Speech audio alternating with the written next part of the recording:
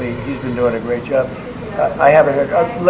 Let me look at. You tell me something. I have not heard of The it. question I had is, were you aware of what Secretary Hegseth was going to say in his speech at NATO? Generally speaking, yeah. Generally speaking, I was. So I'll speak to Roger. I'll speak to Pete. I'll find out. Mr. Why President, is this on the Energy Dominance Council? Yeah. That's for all forms of energy? Does that include All wind and forms of solar? energy. Yep.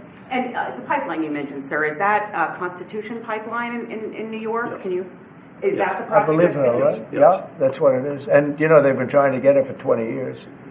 And what it means is for New York, upstate New York, and even everywhere in New York, also other states, but in particular New England, that New England will now, I think, will cut the energy prices, and big cuts in New York too, but cut the energy prices literally in half. We have the permits.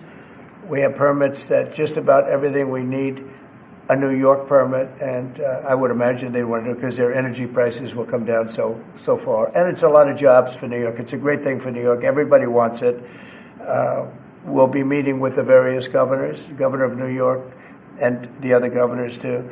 And we can have it built in about 9 months, and let's say 1 year, but we can actually have it built in pretty close to 9 months. It's all set. We have most of the permits, almost all of the permits.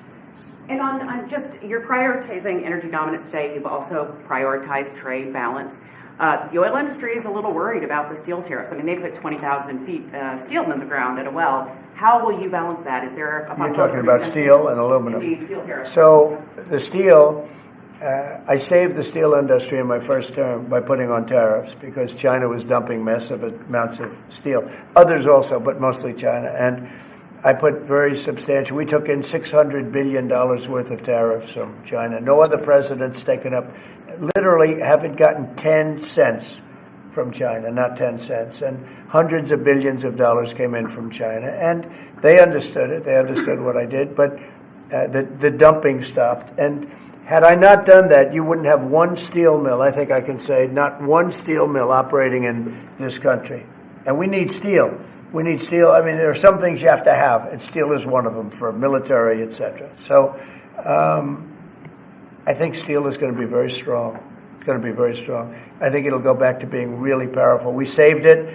I mean, we were talking about U.S. Steel last week. U.S. Steel would have been closed, totally closed. We saved it, and now it's going to become, I think, very, very profitable. The tariffs are going to save a lot of industries. Mr. President, U.S. Steel, can I just follow up on U.S. Steel? Just go very ahead, quickly, finish sir. If the Japanese company that's interested in U.S. Steel wants to take a minority stake as opposed to full ownership, is A that minority fine? stake I wouldn't mind greatly, but what they're doing right now is they're going to be investors, and they're going to be investing in, I think, debt and various other things. But we didn't want to let U.S. Steel go to a foreign company.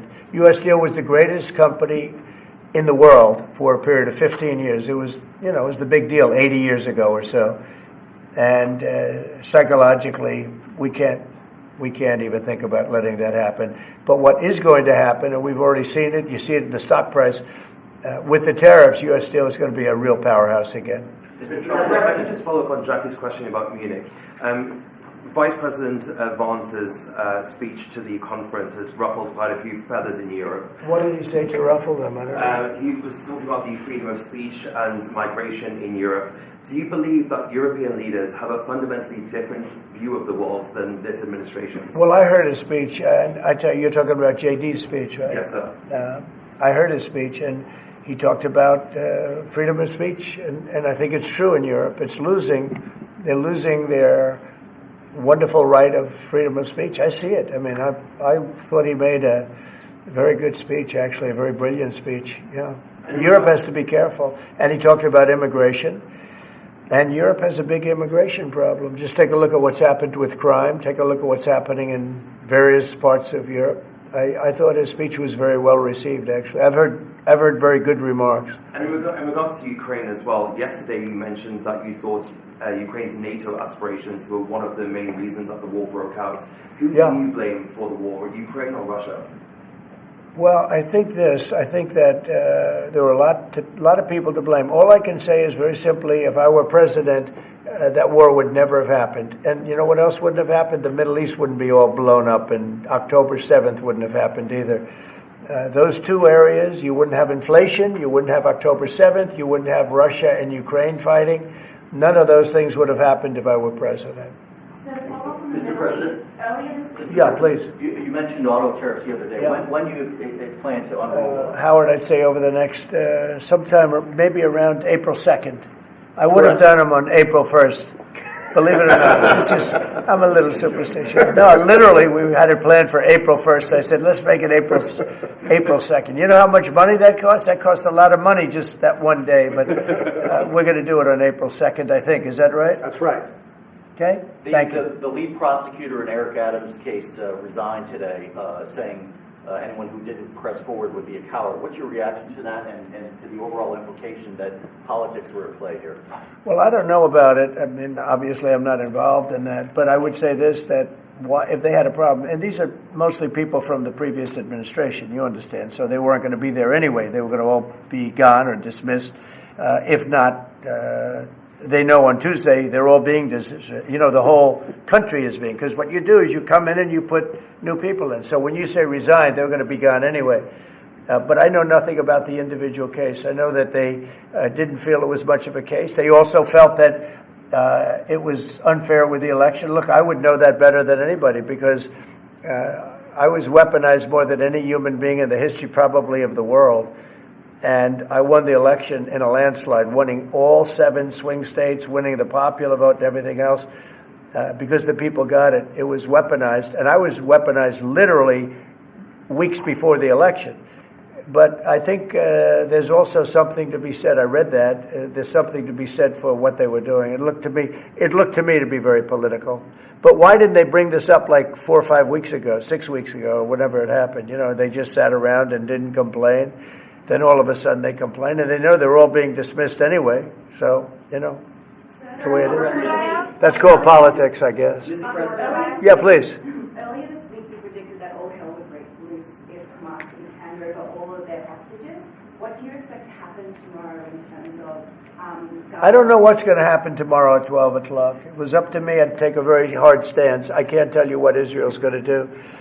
But I watched the last people come out, and I looked at a before and an after picture. One guy was a big, strong, healthy guy. Could say he was a little bit overweight. He's not overweight anymore. He looks like he just came out of the Holocaust. It looks like a Holocaust picture. I've looked at him for a long time, and they've been treated very badly. A young lady came out last week. Her hand was blown off.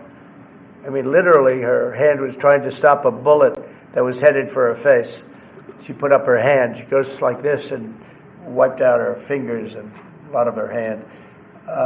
Now, I would take a different stance, but it depends. Look, it depends what Bibi's going to do. It depends what Israel's going to do. But and now I understand they've totally changed. Hamas has totally changed. They want to release hostages now again.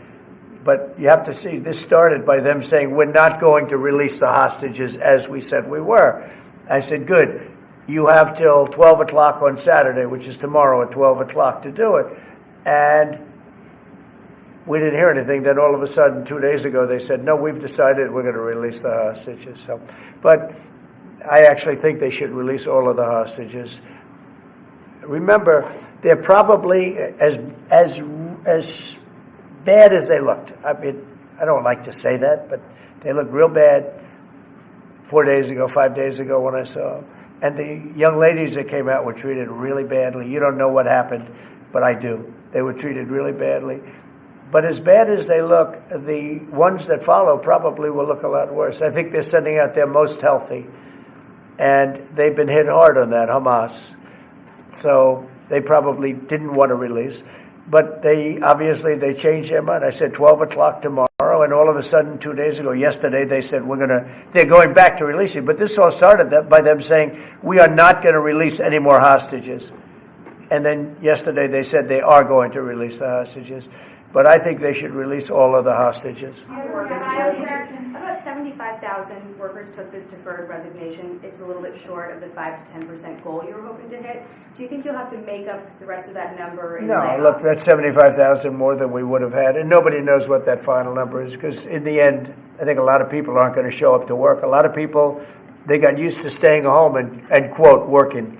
But I wonder if they had other jobs or other things. They have a lot of problems with that. No, 75,000 is a lot of people, and we paid them well. We gave them a lot of months of severance pay, if you call it that.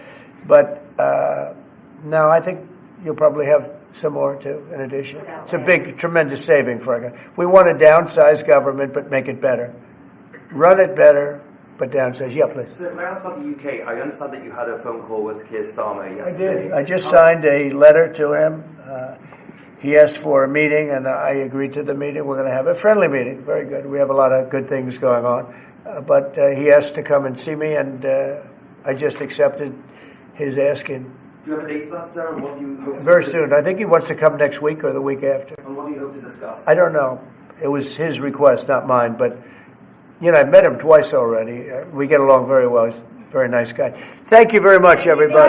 Thank you. Thank you very much. Appreciate it. Thank you, Brian. Will there be carve-outs, sir? Thank you, press. Thank In the you. tariffs? Thank you, press. Thank you, press. Thank you, sir. Thank you. Thank you. Thank you, sir. Thank you. Good job. I know it's hard. Thank you, guys.